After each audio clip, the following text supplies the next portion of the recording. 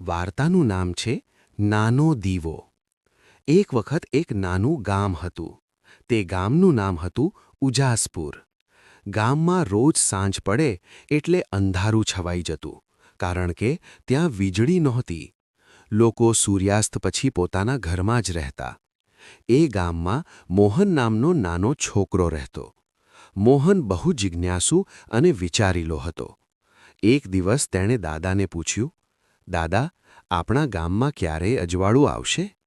દાદાએ હળવો સ્મિત કરીને કહ્યું, અજવાળું તો આવે છે બેટા, બસ કોઈ દીવો પ્રગટાવનાર જોઈએ.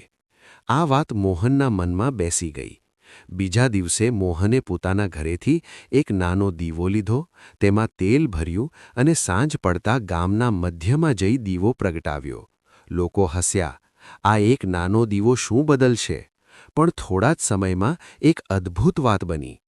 એક દીવો જોઈને બીજા ઘરમાં દીવો પ્રગટ્યો, પછી ત્રીજો, અને થોડા જ સમયમાં આખું ગામ દીવાઓથી ઝગમગી ઉઠ્યું. ગામવાસીઓ આશ્ચર્યચકિત થઈ ગયા. મોહન પાસે આવીને કહ્યું, તમે તો આખું ગામ ઉજાસથી ભર્યું. મોહન હસીને બોલ્યો, હું તો માત્ર એક નાનો દીવો પ્રગટાવ્યો, બાકી બધાએ પોતાનો દીવો પ્રગટાવ્યો. શિક્ષા: મોટો બદલાવ લાવવા માટે મોટા પગલાં જરૂરી નથી. એક નાનો પ્રયાસ પણ અનેક જીવનમાં અજવાળું લાવી શકે છે.